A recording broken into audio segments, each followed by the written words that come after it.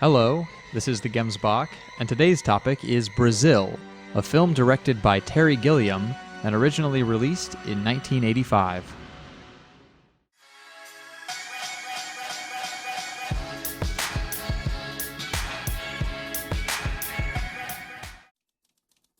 After 30 years of production difficulties, funding issues, and problems with both cast and filming, Terry Gilliam's long-promised film, The Man Who Killed Don Quixote, will finally be receiving a wide theatrical release in April of this year. What better time, then, to talk about Terry Gilliam's masterful critique of bureaucracy run amok in his 1985 film, Brazil. Information retrieval has got him down as inoperative, and there's another one, security has got him down as excised, administration has got him down as completed. He's dead. The satirical events in Brazil take place during the holiday season, but the buffoonish consumer society of Brazil's universe continue their holiday shopping and holiday eating with bombs going off in the same room.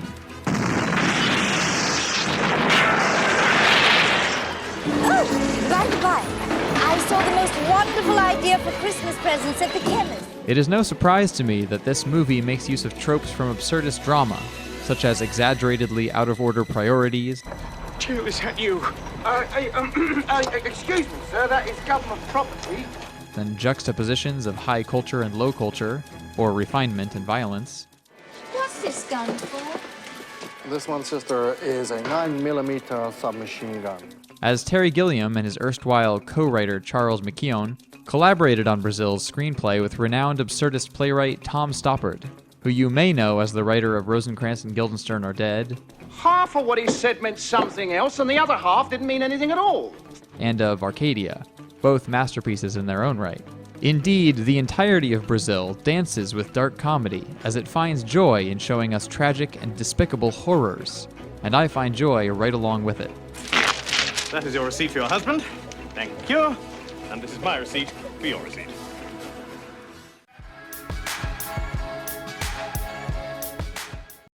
Terry Gilliam, whose earlier work as a member of Monty Python must have brought him up against censorship staff again and again, We are not amused. would have been keenly aware of the arbitrary guidelines and unreasonable power that can be vested in bureaucratic entities. So he took all of his well-developed comedic chops and directed them savagely at the cold, sterile heartlessness of any system that prizes order, obedience, and tradition above empathy, common sense, and understanding. We've always been close, haven't we? Yes, Jack? Well, until this all blows over, just stay away from me. Yet Brazil is not a comedy. It is a movie at which you smile with a pit in your stomach. I have previously written about the same topic being given a similar and similarly masterful treatment in Joseph Heller's novel Catch-22. In such works, there is a stirring, heartbreaking tragedy from which the accompanying comedy refuses to shield you, and which that comedy instead worsens. The inciting incident of the plot in Brazil that leads to several downfalls and needless deaths is a dead fly that falls into a machine and causes a printing error. This seemingly insignificant issue is compounded by the self-preserving and self-righteous institutions ostensibly tasked with securing the safety and enforcing the law of the society. There was a mistake. Mistake. Yes, not my department, of course. I'm only records. There are many non-negligible parallels between the world of Brazil and the world of George Orwell's 1984, and Brazil was conspicuously in production during the year 1984. But the comedic propensities of all three writers involved could not help but give the viewer a wry smile at the expense of such banal evil. Oh, let him go. Poking fun at Orwell's dystopia is nothing new, but finding a way for the humor to enhance the tragedy is a uniquely absurdist strategy and is terribly difficult to get right. Finding sadness in laughter, which is in turn at the expense of obvious ignorance and understated tragedy, is the supreme achievement of the quintessential absurdist play, Samuel Beckett's Waiting for Godot. Let's go. We can't. Why not? We're waiting for Godot. Oh, yes. You're sure it was here? And when the people's best protector in Brazil is a rogue heating duct repairman, played by a grinning Robert De Niro. Found it. There's your problem.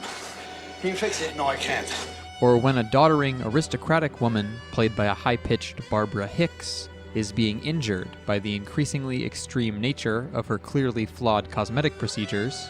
Acid, on the other hand, can be used for such wonderfully subtle shading, such delicate nuances. That is the achievement of Brazil as well. This balance is notoriously hard to strike. And, as a related aside, that is part of why I think academic devaluations of Catch-22 are thoroughly misguided. Still, Brazil has something that Catch-22 does not have: the surrealism that would later be recognizable as a trademark of Gilliam's films. There are lengthy dream sequences, hallucinations, and blurred lines among dreams, visions, and reality. Although he has recently grouped it with his later dystopian satires, 12 Monkeys and The Zero Theorem, Terry Gilliam was wont for ages to refer to Brazil as part of an escapist trilogy, bookended by Time Bandits and The Adventures of Baron Munchausen. Long segments of the movie, including these surreal moments, as well as the song that lends its name to the film's title, and numerous instances of characters watching classic cinema, establish a motif of escapism. 1984's Winston Smith also has visions, primarily of a pleasant meadow, but Brazil's protagonist, Sam Lowry, portrayed by Jonathan Pryce, departs from reality in more far-reaching ways, placing the focus less on the romanticism of Smith's field and more on fantasy and, ironically, that favorite existential topic, authenticity. What is sought is not merely the idyllic dreamscape, but the reality of human connection toward which the visions lead Lowry. Brazil is also notable for the proudly, brilliantly unsubtle performances of Jonathan Pryce, Kim Greist, Michael Palin, Robert De Niro, and Ian Holm. Every line rings with all of the casual ridiculousness of its writing. It's been confusion from the word go. He's been overcharged for information retrieval procedures, and someone somewhere is trying to make us carry the can.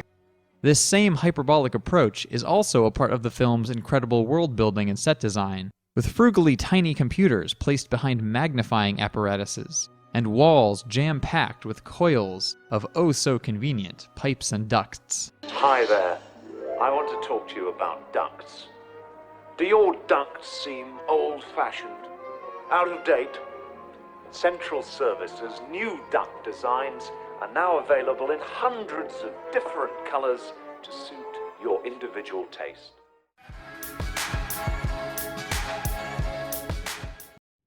Brazil will make you laugh with tears in your eyes, and make you cry with an uneasy grin.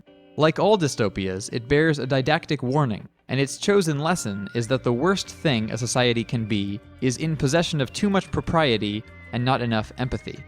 Information transit. Got the wrong man. I got the right man.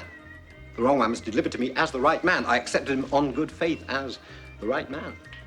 Notably, it provides the caveat that any progenitors of such heartlessness are as worthy of our laughter as of our disdain.